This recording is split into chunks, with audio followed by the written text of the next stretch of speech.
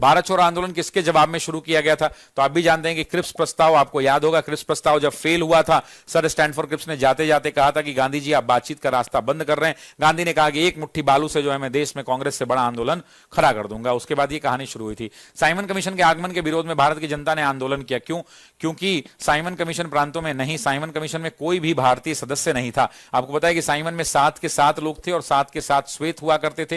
ये ऑलरेडी पढ़ा चुका हूं, इसलिए इसे श्वेत कमीशन भी कहा जाता है।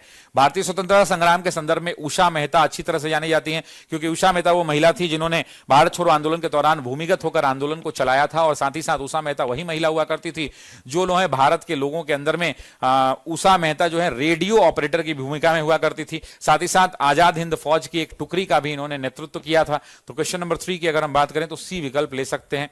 नहीं, उषा मेहता अच्छी तरह से जाना जाता है, तो भारत छोड़ो आंदोलन में गुप्त कांग्रेस रेडियो चलाने के रूप में इन्हें जाना जाता है। निम्नलिखित कथनों पर विचार कीजिए। दादा भाई नौरोजी द्वारा भारतीय राष्ट्रीय आंदोलन के किया गया सबसे प्रभावी योगदान यह था कि उन्होंने अंग्रेजों द्वारा भारत के आर्थिक शोषण, ड्रेन ऑफ वेल्थ को उजागर किया था। बिल्कुल सही।